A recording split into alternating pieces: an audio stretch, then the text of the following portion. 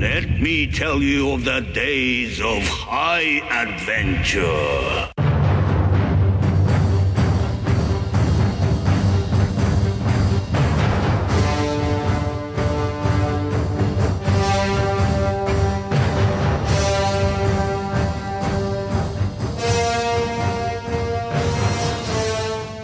Hello, I'm Eric. And I'm Kevin. And this is 6 Degrees of Schwarzenegger, the podcast where we take a long, hard look at some of our favorite action movies of the era of old.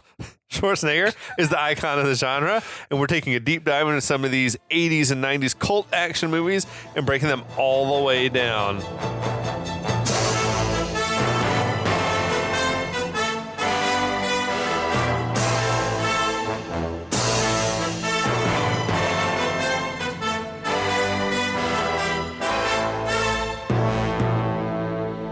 That was my impression this time. Was that all right? Yeah, was you're it good? getting better, Okay, man. good. All right, we'll get there. We'll get enough time. I'll get there. I feel like, we talked about cult action movies. We talk about 80s and 90s. Yeah. I mean, I feel like this fits the bill, but like we might have said earlier, I also feel like I have seen this movie somehow more than I've seen Conan the Barbarian, because I feel like just TBS or whoever played it more often. Yeah, I agree. Or maybe they only had the rights to this one or something. I agree completely. I've definitely seen Destroyer more than I've seen Barbarian, even though the first one is a far huge disparity. Movie. Yeah, it might have to do also with the fact that this one is more lends itself to a TV edit because it's a PG movie. That's definitely part of it. Versus something that's like, well, this is more violent and nudity and just so much more editing required to make it safe for TV, at least back in the day. Yep, absolutely. I don't know if that's true or not, but we can go with that. We'll just run with it. Either way, at the end of the day, there was a period of time where if someone asked me to describe a scene from Conan the Barbarian, I would probably actually describe a scene from Conan the Destroyer. Yeah, exactly. I know. I feel like Conan, the original, had more iconic shit like the Wheel of Pain. Yep. Everyone remembers the Tree of Woe. Yep. When he's like crucified and he fucking like bites that buzzard or whatever, kills it with his mouth. That was amazing. I mean, and then just that epic transformation of James Earl Jones into the snake. Oh my god, yeah. Oof. That's wild shit. I remember there being the stew that had human bits in it, so many hands good moments. and heads and shit. Yeah. That movie and this movie and all these Barbarian movies apparently they're set during this fictitious period of time called the Hyborian Age. Hyborian Age, okay. Which is supposedly like between 30,000 and 10,000 BC. Okay. Like it's the very end of prehistoric times. Okay. So like there's no record of this, but this all is been like handed down through oral tradition. Of course. We don't have a clue where in the world this is supposed to be happening. Mm-hmm. In my mind, it always seems like it's Mongolia or something like that. Do you have like theories on where it would be in the world? I've always sort of, given the nature of how the mythology is structured and the nature of the gods, I always pictured it somewhere in the realm of like where was, or where Sumeria was, or Babylon. Yeah. So sort of the Mesopotamia region. That's where I always put it. Well, and if Conan is indeed meant to be a Sumerian, not a Sumerian versus a Cimmerian, which we talked about in a previous episode. Cimmerian, then right. And if he's still in his own land, then that's like present day Turkey. Okay. Or something like Persia. All right, okay. So maybe. I don't know. Yeah. I mean, but they also talk about like Atlantis and shit, like as if it's real. So I feel like it's that era of like, oh, there's these lost cities, these great cities that used to be, but there's no trace of them anymore, type of thing. Yeah, I can't. What is it? That I forgot to mention the opening, the first episode, but with the intro monologue was like the ocean drank Atlantis. Yeah, I like that. What a good line. That's nice. So right? good. So good. It's your duty to try to recap what's going on in this plot, it's such as it is. Such a complicated movie. Face Off, this is not. Ooh, this is not. Well, the movie opens with a bunch of black-clad soldiers attacking Conan and his buddy Malik. They overwhelm them after killing multiple soldiers, and one of the characters takes off her mask, reveals it's the queen Tamira. Yeah. Who says something? Yeah. Oh, Tamaris? Tamaris? Okay. Hold on. I don't know. It's Taramis. Taramis. Taramis. Yeah, okay. It's Taramis. The queen, the evil queen. The evil queen. Let's just go with the evil queen. And she's like, hey, I can bring your love from the first movie back to life if you help me out. So Conan goes back to her castle without asking any further questions. And apparently the queen has got a daughter, Princess Jenna, who has a birthmark that's never addressed again. Sure. Who can apparently pick up a magical MacGuffin that she has to go get so they can go get a second MacGuffin for reasons that are not really all that clearly defined. It sort of it seems like the princess or whatever, she's the one who's meant to be... the queen or something like that, right? Exactly, yeah. And she's like, no, I can use her to further my own agenda. And it seems like that's what the queen's motivations are. Anyway, so there's a secret plot after Conan departs with Princess Jenna, and her bodyguard Bombata on this quest. Whose job it is to make sure she doesn't fuck anyone. Nope. The chastity is paramount amongst all of his responsibilities. There should have been a chastity belt in this. That's like a weird old thing. Great trope. They should have definitely done with that. So they start going on this quest. The quest apparently only goes about, 6 miles from the castle because we keep cutting back to these armored troops that are chasing after Conan and immediately catching up with them. A magical wizard captures Jenna, takes her to the castle. Okay. Conan and Malik and the wizard Zula, Akiro. and Wizard Akiro and Bombata. They've all been camping at the shores of the castle, the Crystal Castle on the lake. After Jenna's been captured, they get in a boat that's horribly green screened, and they head towards the castle. I feel like I could have done better given how simple that was. That works. Okay. All right. I apologize to everybody. Look, we're doing our best here, listeners. Thanks for joining us. Absolutely. So now, Conan, Bombata, Akiro, Malik, Zula.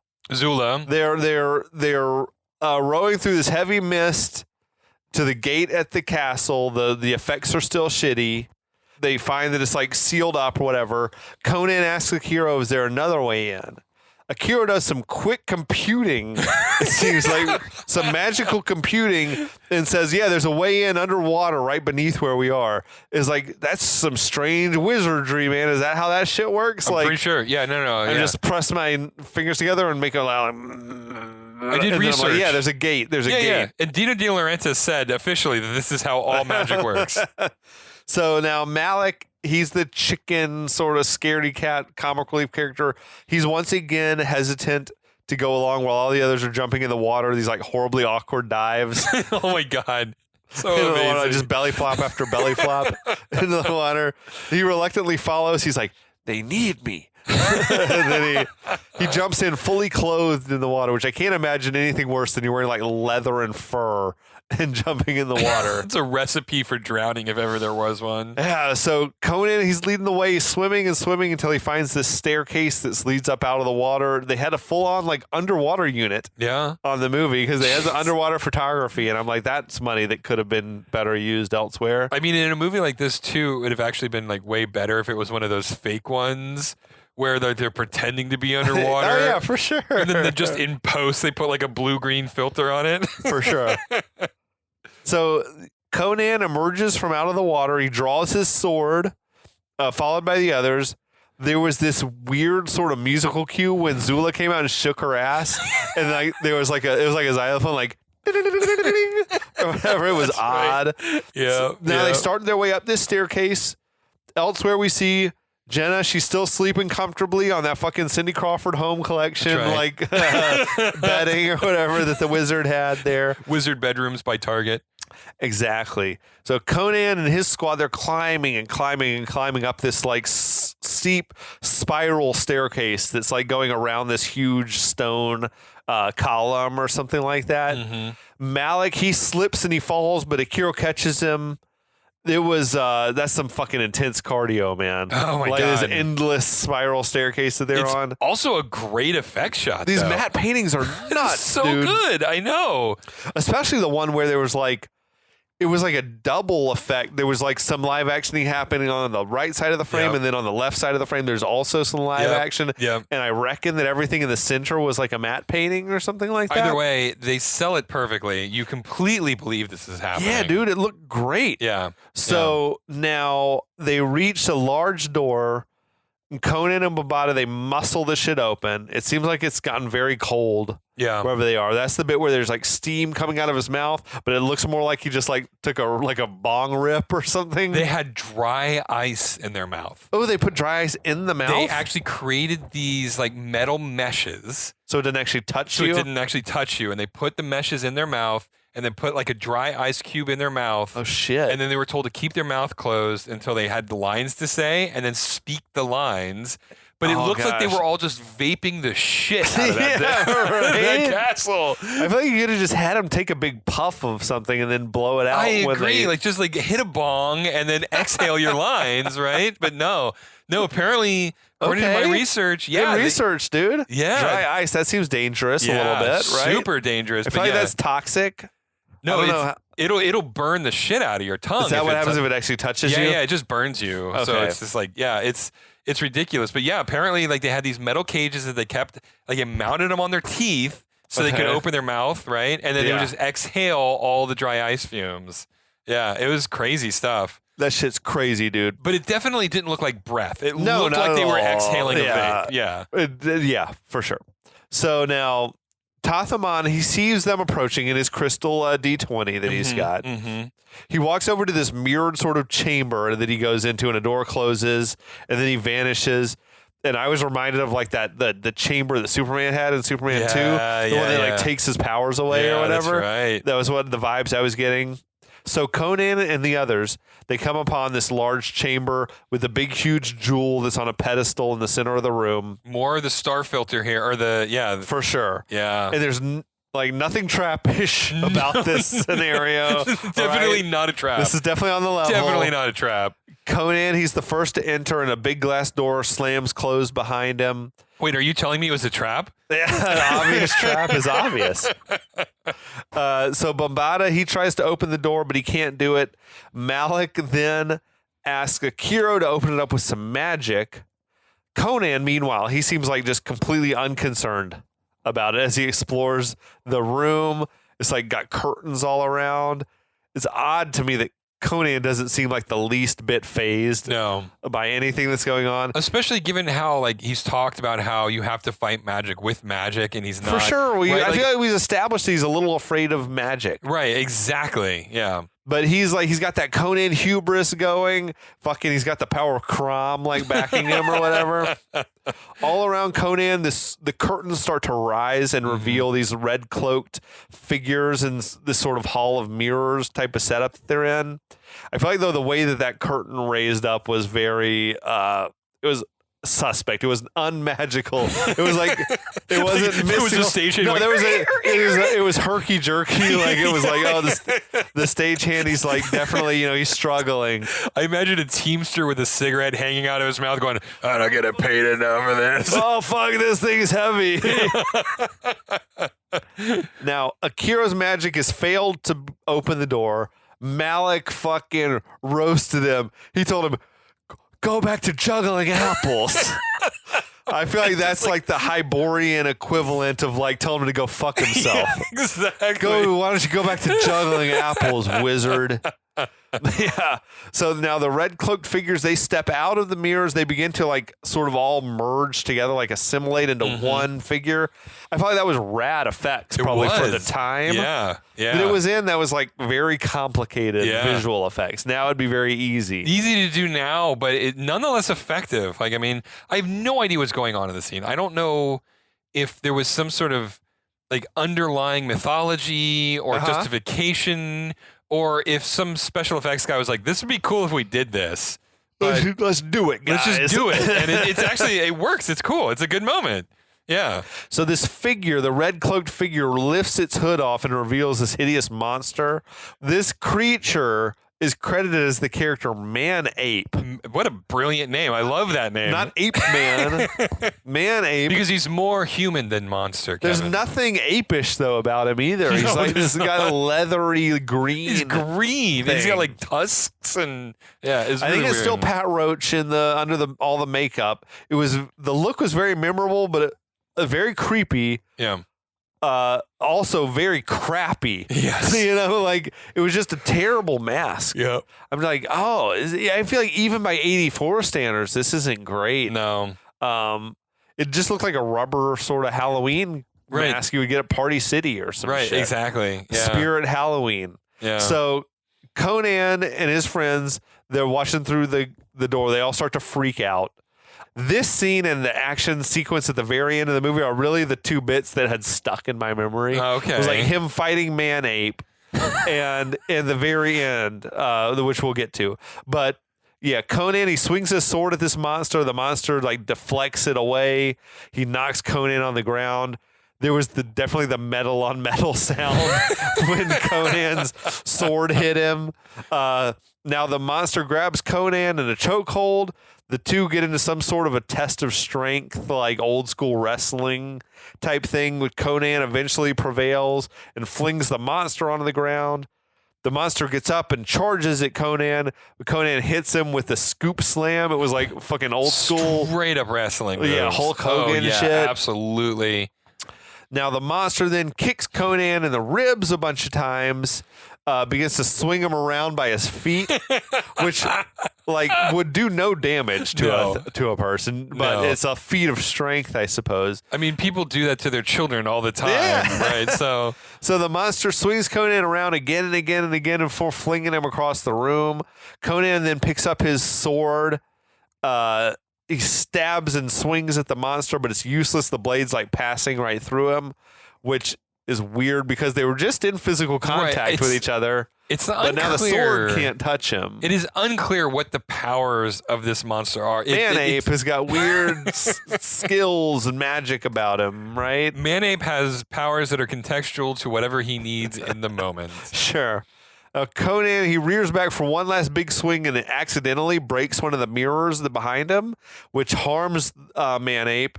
He gets this big gash across his chest. As someone who is unbelievably clumsy, I appreciated that scene because That's for what you would do?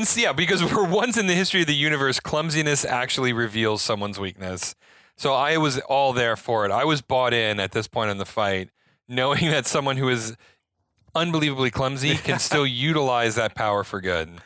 It's also very gruesome when this like big slash is. opens across his chest and everything. This is when like the that. makeup actually starts getting a little bit better, right? Like Yeah. The mask is really bad, but when they start adding all the gashes and stuff, it sort of recovers a little bit. So now elsewhere, the action seems to make Jenna like start to stir in her bed where she was sleeping.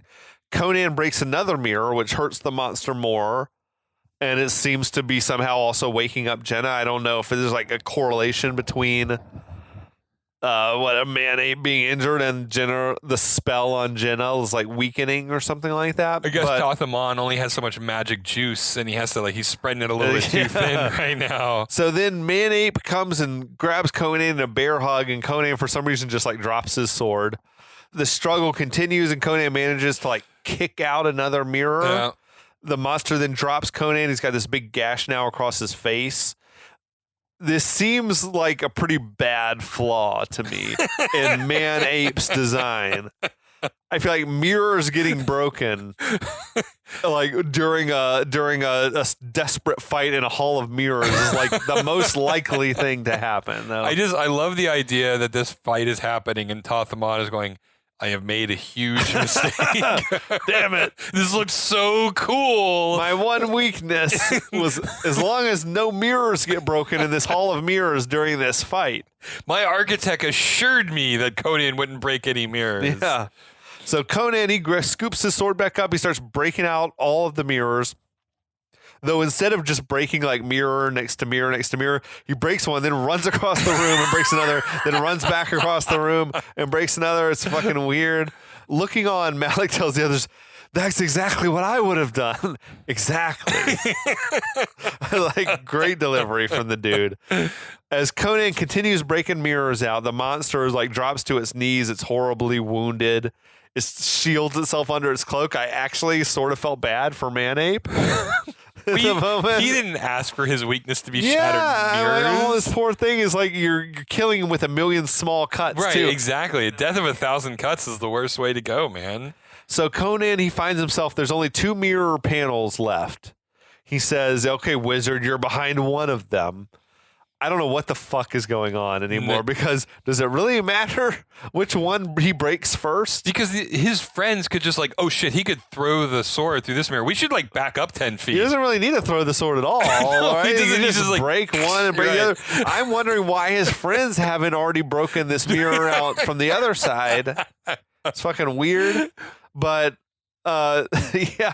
So behind one of the mirrors, Conan and the friends, the whole company, they're protesting like, no, because it seems like Conan is about to chuck his sword through their mirror. But then he whirls around and he flings the sword through the other mirror.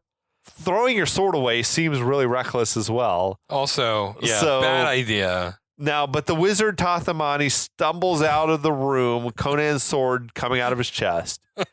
He pulls the sword out of his chest in an effect that was pretty fucking cool. Like, I don't know how they did that. No, I don't know. It looked like, this really seems like he's pulling the sword out of himself. Yeah. But he stumbles towards the jewel. He's reaching for it, but then he touches it. There's this loud sound of like glass shattering, and all this light beams start to shoot out of Tathaman. I guess like his dying wish was to touch the jewel this one time or something. So. I don't know. Yeah, I don't know. But it left me wondering, like, how did the jewel get here in the first place if he couldn't touch it?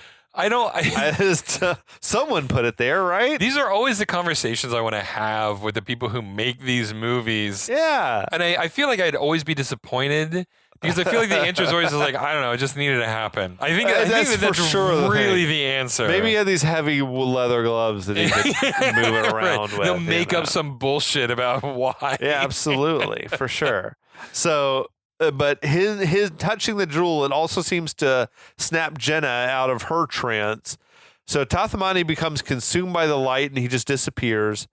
Jenna calls out for Bambata, who now, presumably because of the death of the wizard, is suddenly able to like, now I can break this glass and then we can come on through. Wait. You can break glass? Oh, I could have done that from the beginning. Yeah, right. Not a moment too soon, Bambata.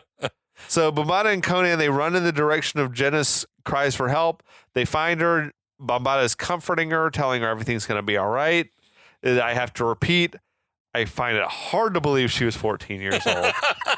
The way she was dressed. It's problematic the way the costumes they have her in. Costumes in this movie are like kinky shit. Oof, man, I know. Leave not a lot to the imagination. No. So the others, they go to examine like the monster's cloak. They whip it off, and underneath it's nothing but shards of broken mirror. Which is actually kind of cool. That was dope as fuck. That was super fucking like, cool. Super memorable to me. Yeah. So now, Conan, Jenna, and Bambata, they re-enter. Jenna approaches the jewel on the pedestal. After all, so much star flare here. I mean, just, oh my God, so much star flare. Got a lot of anticipation building. Jenna picks up the jewel and then just puts it in this pouch that Bambata's got. Yeah, boom, done. We're done. Yeah. Now the castle begins to sort of quake, and Conan yells that we got to get out of the castle quickly. It's like big, like, get to the chopper vibes. They're racing back through the bowels of the castle as the walls are all beginning to crumble.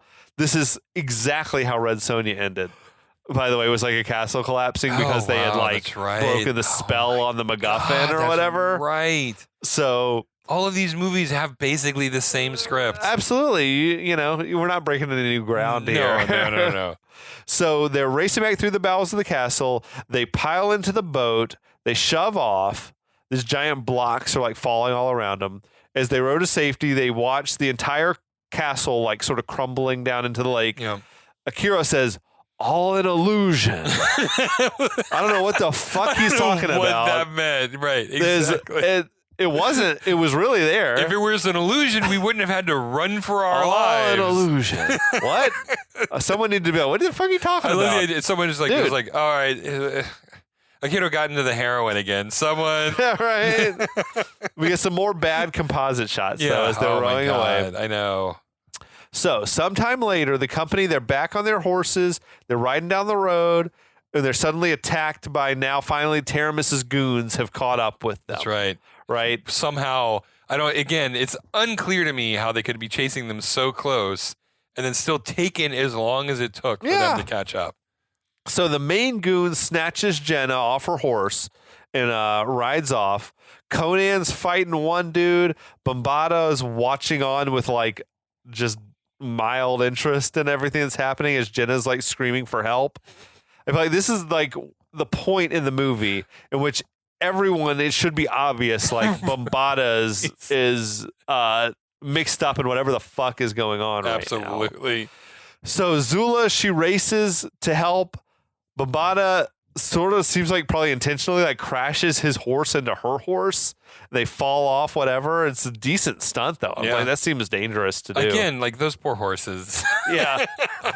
So Conan, he kills a goon. He rides off after the attacker that had taken Jenna.